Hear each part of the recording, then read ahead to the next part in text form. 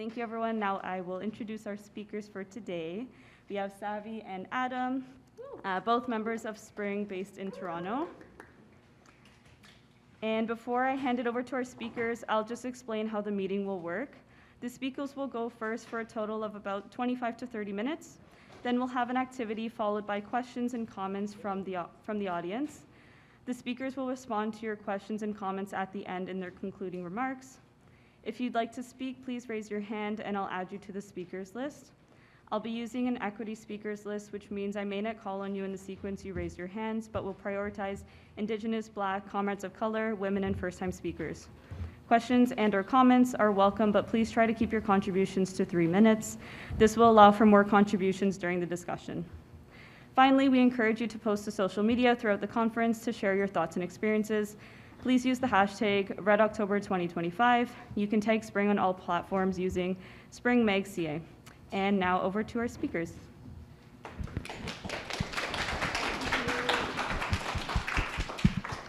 Thanks, Alex. So thanks everyone for being here. And thank you for those who voted for your favorite quote in that little corner. I've gotten word that the Kai Cheng Tom quote won, which is a great quote. Who voted for that one? Raise your hand if you did. Nice. So that quote, she says, "Trans communities have survived throughout history by relying not on corporations or even the state, but on one another. Key areas of focus include strengthening our ability to provide one another with the supports and services that we need, taking inspiration from revolutionary groups such as the Black Panthers and the Zapatistas, as well as from the legacy of queer and trans resistance." And so we want to hear quickly from 1 or 2 people, why did you vote for this quote? Maybe in like 1 sentence, tell us if anyone wants to share. Can raise your hand. This is super casual, no need to, yeah, go ahead, Lubaba. I think the quote really resonated because I think it shows that these behaviors and events and historical things like environments that we learn from also exist in patterns, and that a lot of times when we are sitting in a lot of the hard parts, it can feel so deafening and so like, oh my god, we're running out of time, what are we even going to do about this? And that goes for a lot of issues. But I think it's very validating and gives me peace to know that the bad things subside eventually. And there is some way that we will forge through and create better. Awesome, thank you. Yeah, in the back. I guess just like the idea that we already have what we need, which is like just each other. Thank you, everyone. Yeah, and if you didn't vote for a quote, we still have more stickers. You can vote for them at the end as well. And as you're leaving, feel free to take a look at them if you haven't already. And yeah, I'm going to pass it over to Adam, who's going to start talking about the roots of transphobia. Hi, everybody. Thank you so much for being here, and thank you so much, everybody, for participating in that fun activity. It's not every day at a conference you get to play with stickers, so I really, really hope that you had a blast with that. I want to talk a little bit about sort of how trans liberation fits into a socialist conference, because a lot of times we hear socialist conference and we think, well, we're going to be talking about Karl Marx, we're going to be discussing just how many yards of linen it takes to make a coat, and how is it that trans liberation fits into a space like this? And, for one, obviously it's the right thing to do. When we see an oppressed group, we have to stand up and defend them. But I think there's something beyond just the moral reasoning and the moral kind of impulse behind it. There's an important political reason too, how trans liberation fits into the picture. Being socialist means standing in solidarity with oppressed groups everywhere. And Alex just did a great job with the Spring Solidarity Statement for folks who were here and able to hear it, that, as socialists, we have a responsibility to stand in solidarity with people fighting oppression.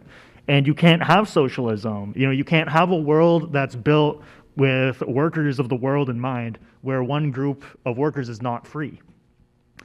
Moreover, one thing that Savi and I are hoping to draw out in this first part before we get into the group discussion we hear from everybody in this room, one thing we want to draw out of here is the role that capitalism plays in generating and propagating transphobia, and in turn, the role that transphobia plays in sustaining capitalism. We're hoping to sort of get from this discussion, the how and why of how capitalism needs transphobia to sustain itself, why transphobia has existed and persisted for so long, and why it's making a very serious comeback right now. So regardless of your actual experiences or how it is that you relate to the world, capitalism places us into categories to fit us into the roles that it needs us to play. And one way that it does this is based on our physical characteristics. And importantly, these categories that they try to place you in, they change over time depending on what's important to the ruling class. We think, for example, there are so many examples in the past, however many years of the white workers work here, the racialized workers work here, except maybe if you're Irish and then one day you're Irish and the next day you find yourself you're white. Women, men go to work and women stay at home and take care of the family until there's a world war and all the men are off at war. Now suddenly it's completely fine for women to work in the workplace. Then the men come back from war, suddenly that's not okay anymore. Women have to get out of the workplace immediately. So you can see that, race, gender, class, all these things are co-produced by capitalism and the needs of the ruling class. So in that way, our experience of capitalism is our experience of gender, and our experience of gender is our experience of capitalism. Capitalism, one way of putting it is that capitalism genders us by imposing these categories on us. All of us are born with or without specific physical characteristics that society uses to try to divide us into two groups, male and female, and of course, intersex people and people born with different configurations of chromosomes and features defy these categories from birth, but it doesn't stop society from trying to fit us into these two categories. And one thing that's important is that under capitalism, these categories aren't just, sort of neutral things. These categories have a value attached to them. Men and women fulfill different roles under capitalism, and that's why it's so important that they try to assign you into different groups. In this way, as any feminist can tell you, the assignment of a sex or a gender is an ideological assessment more than it's a physical one. And in fact, the claim that it's even useful to divide people by those kinds of characteristics is itself an ideological claim, right?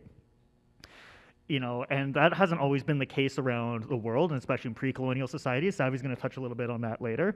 But for now, what we can get to is that capitalism assigns categories so that it can assign a certain set of values and expectations to our gendered selves.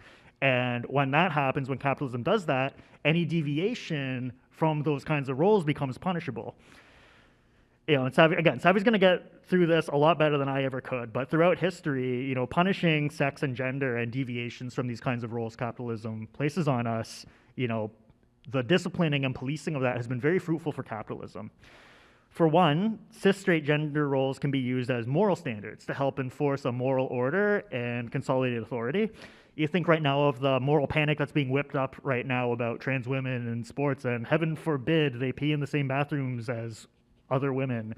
And the idea that transness is somehow a sign of moral corruption or lawlessness.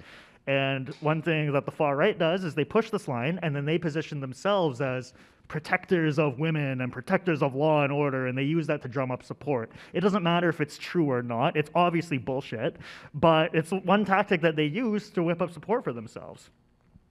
Sexuality and gender are also used to divide the working class. Not only does painting queer and trans people as deviants alienate them from the broader working class, but it also draws lines between those who support them and those who don't. And this makes it harder for workers everywhere to unite as a class and fight back.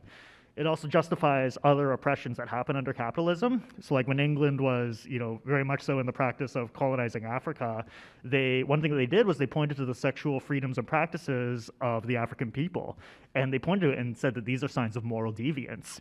And they used that to justify imposing strict colonial laws on them, and they use it as a justification for the exploitation of the third world.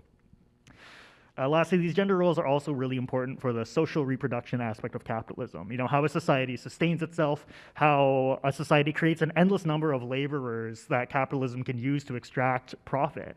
And you'll see that time and time again as we go through this, heterosexuality and the family unit are going to emerge, as a recurring theme as important for capitalists in terms of how labor is reproduced. All this to say that capitalism sets up sex and gender as crucial to its functioning, and any deviation from these categories becomes, therefore, a threat to capitalism.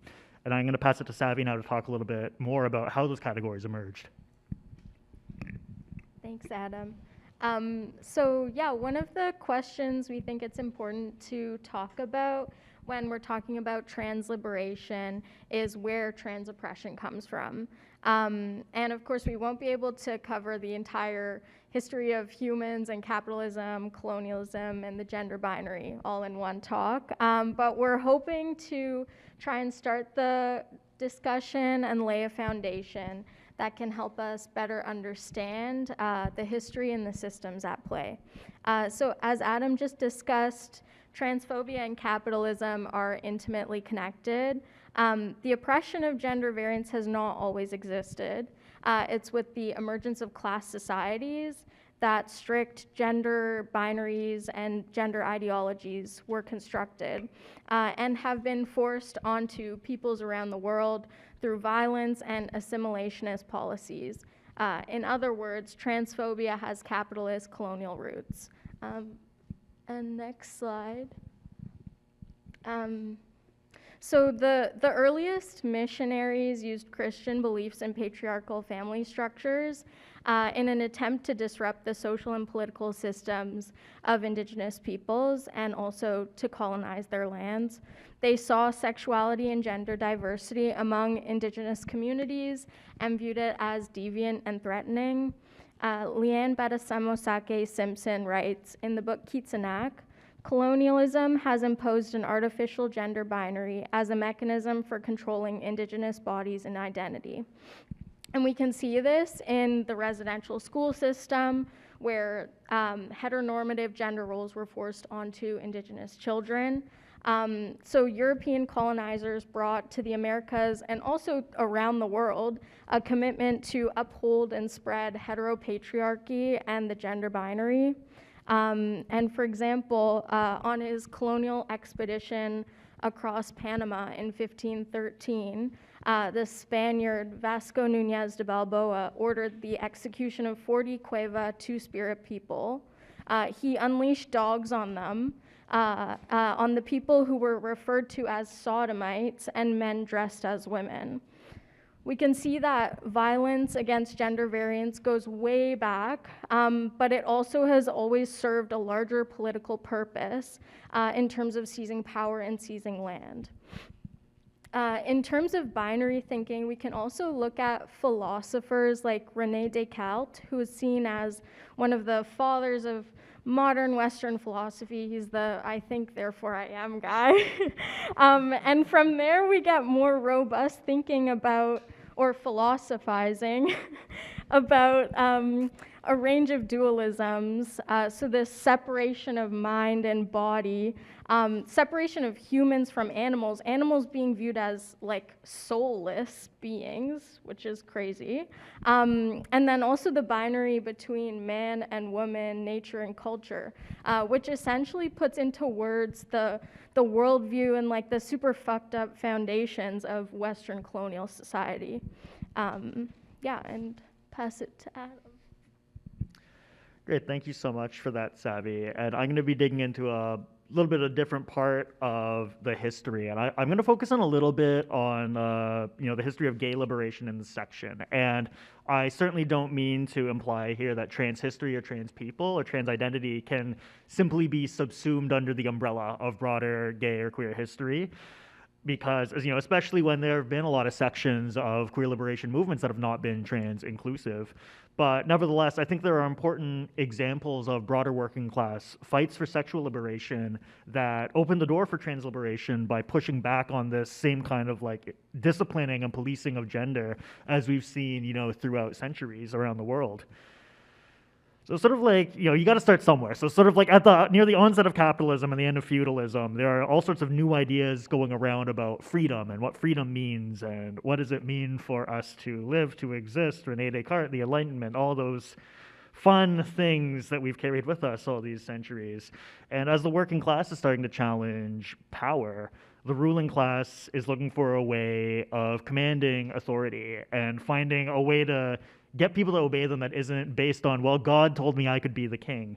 And so one way that they could do this was by promoting the family as a form of individual virtue. And this becomes a very early step in the solidification of capitalist gender roles. And you see these same values reflected later in poor laws and vagrancy laws in England against what they call disorderly ways of living, quote unquote. Essentially, these laws are a cudgel to be wielded against the unemployed, against political dissenters, and of course against queer people, all of whom are now starting to emerge as scapegoats, to divert anger away from the government and the ruling class. The people who are working in the factories in England, they are very, very mad, and they are ready to start some things and finish some other things. And so the government really needs a way of getting them to blame someone else. Lo and behold, we're the scapegoats. We're here. And then along comes our good friend, Karl Marx, to jump over a little bit. And our friend Karl argues that if we want a higher form and relations between the sexes that's free from exploitation and oppression, what we need is a new economical foundation. So when Marx does what he does best, which is looking at the entire system as a whole, he understood that capitalism is a system that needs women to play a certain role within a family and society. And the only way to change that, therefore, is to do away with capitalism. So revolution emerges not just as an important way to overthrow economic relations, it's also the only way that society can rid itself of what he calls the muck of ages, the prejudices and oppressions that are necessitated by the old world and the old ways of thinking. And this sort of value of working class revolution becomes apparent in the rise and fall of sexual liberation movements in Russia and Germany between the world wars.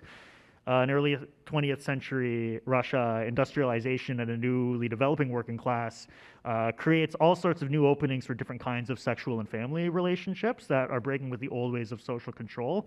After the revolution in 1917, in fact, some of the first things that the new government does is they decriminalize homosexuality and they decriminalize abortion. This is 1917. We're still fighting those same battles today, all these years later.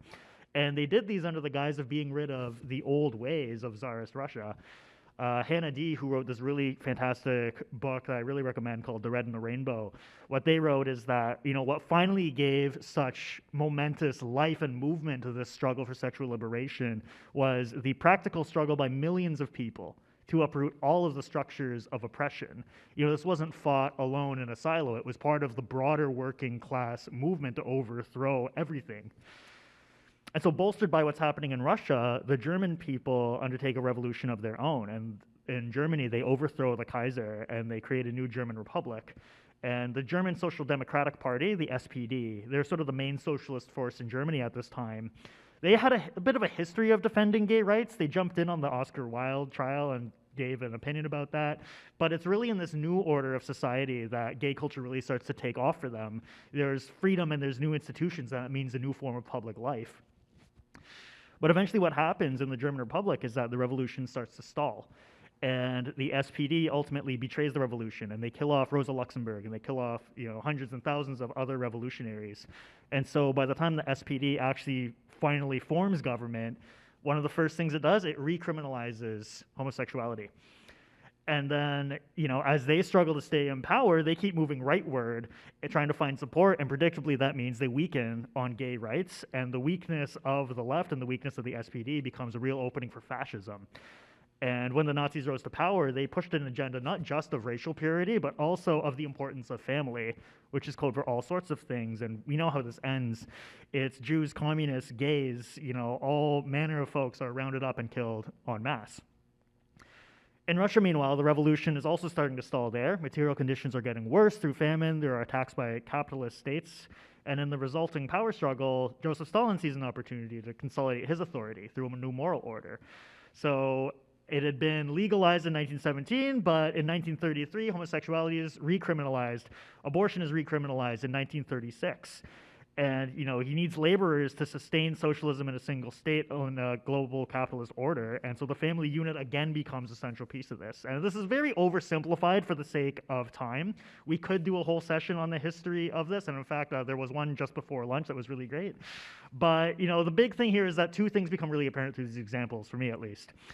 One is that it's not automatic that working class movements are going to support queer and trans liberation. And I'm sure many of us have, unfortunately, experience with that.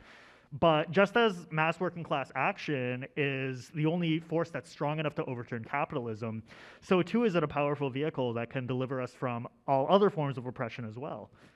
And two is that the weakness of these working class movements is the weakness of trans liberation. And the same is true the other way around, that the weakness of trans liberation is a weakness in the working class. And when the working class is weak, we lose our freedoms. And when the working class abandons trans liberation, it makes itself weaker. We are really only as strong as our ability to stand together. And now that I've covered some of that history, I'm gonna pass it back to Savi now to talk a little bit about more recent history. Thank you. Next slide. Thanks. So yeah, I first want to talk about two-spirit activism and the reclaiming of Indigenous sexuality and gender systems, because that is a form of resistance that specifically confronts transphobia's roots in the capitalist colonial project. So the term two-spirit was proposed by Cree educator Myra Laramie in 1990, and that was at the 3rd annual Gay and Lesbian Conference in Manitoba. So Myra proposed the term in a sharing circle to resist colonial definitions. It was translated from the Anishinaabe-Moan term Nij Maniduog to mean a balance between masculine and feminine energy. And this term has evolved since. It's been taken on by many to identify, for many, as queer and Indigenous. And next slide, thanks. And also, the struggle for trans people to live freely is completely intertwined with the struggle against capitalism. As we've been saying, that's kind of like the main point of our talk today. And we can see this in our resistance efforts. So let's not forget that both Sylvia Rivera and Marsha P. Johnson, who played significant roles in the Stonewall Uprising, they were both trans women of color, but they were also sex workers. And they also went on to create STAR, which was called STAR, aka Street Transvestites Action Revolutionaries. And this group, it aimed to fight for trans folks living on the streets. It was fighting for the pressing and immediate issue of survival, because as we can see, a lot of trans communities, we face lack of access to housing, job insecurity, we face really high rates of poverty and addiction. So they needed to get their community access to housing. And here's their manifesto, and then also a photo, both from around 1970. It's kind of hard to see the writing in the manifesto, but I'll just outline some of the goals that they put there. You can also access these in the digital trans archive available online. So they outline their goals of self-determination and the right to self-expression, an end to job discrimination, police harassment. They call for the release of all trans and queer prisoners, along with all political prisoners, and an end to the pathologization and medical violence against queer and trans folks. So this movement led by queer, trans, racialized sex workers like Marsha P. Johnson and Sylvia Rivera shows us that it's not just about wearing the clothes we want, identifying with our pronouns. It's also about our ability to live freely and fight back against state oppression and the system that regulates our gender and sexuality. And also, so trans resistance has taken on many forms and strategies. There have been many wins, and it's always important to talk about those wins, because sometimes transphobia feels like everywhere, which it is, but we also have to acknowledge these resistance movements. So there's been lots of wins in terms of gender-affirming healthcare in Canada, the ability to change gender markers, even putting X on your ID instead of either M or F for male or female. Also, there's been such amazing books that have come out exploring these ideas. There's been movements for inclusive sex education, and also including gender identity and gender expression in anti-discrimination laws. And with every attack against trans people, whether it's stripping away funding for our services and supports that we do have, or the gender-affirming healthcare, our rights to use bathrooms free from violence, or be respected at work, school, and so on, trans people have and always will fight back. I feel like we could have just ended there. That was so good. But so I really like what you're talking about, Savi, about sort of like, there are a lot of different sort of ways that transphobia exists. We'll get into that in the activity, spoiler alert. But, what I really like about what you're talking about here is that, I did talk a lot about the academic foundation of these sorts of things, but really, we have to get down to what transphobia looks like on a material level. And the reality is, it is everywhere in our lives. It affects housing. It affects employment. It affects poverty. It affects life expectancy. Really, it's not an exaggeration to say that what we're dealing with here is a matter of life and death. And so we know that, we're socialists in this room, we're socialist adjacent. The real answer to transphobia is to do away with capitalism. But in the meantime, there are a lot of really important intermediate steps that we have to take. For one, trans people are not safe in this world right now, and things are only becoming more and more dangerous. And for another, to be frank, I hate to be the bad guy to say this, but our movements are relatively weak right now in Canada. The left is fairly weak in Canada right now. And, if we take an honest look at what's happening around us, we're not particularly close to ending capitalism right now. We probably won't be for a little while.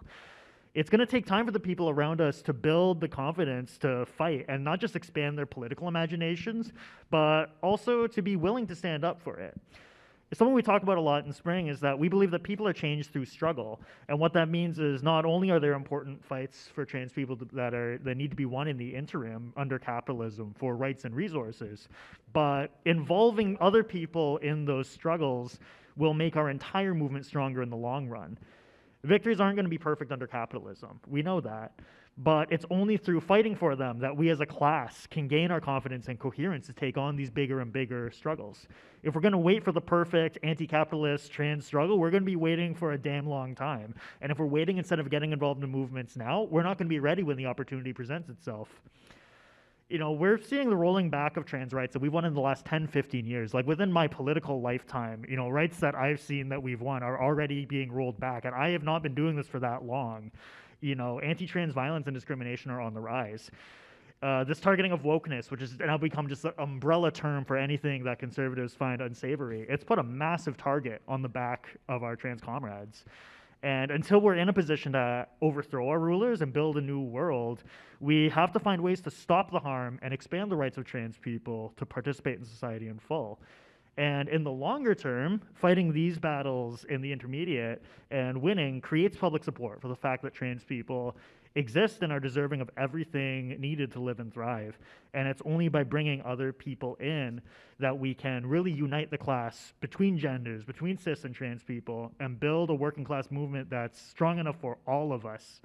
And so in this sense, the intermediate struggles right now, it sets us up for the longer term project of ending capitalism. Again, the weakness of the working class is the weakness of the trans liberation movement and the other way around as well. I'm going to pass it back to Savi now to talk a little bit about these longer term goals. Thank you. So yeah, trans liberation is not possible under capitalism. However, as Adam was just saying, it's still really essential for our movements to fight for and defend trans rights. The path to liberation requires socialist transformation. We need mass resistance from below by the working class. And we also need to prioritize decolonization and land back. And there's a talk right after this one, if you're interested, on land back movements from the 1990s. But yeah, socialist organizing must involve trans solidarity, otherwise it leaves much of the working class behind.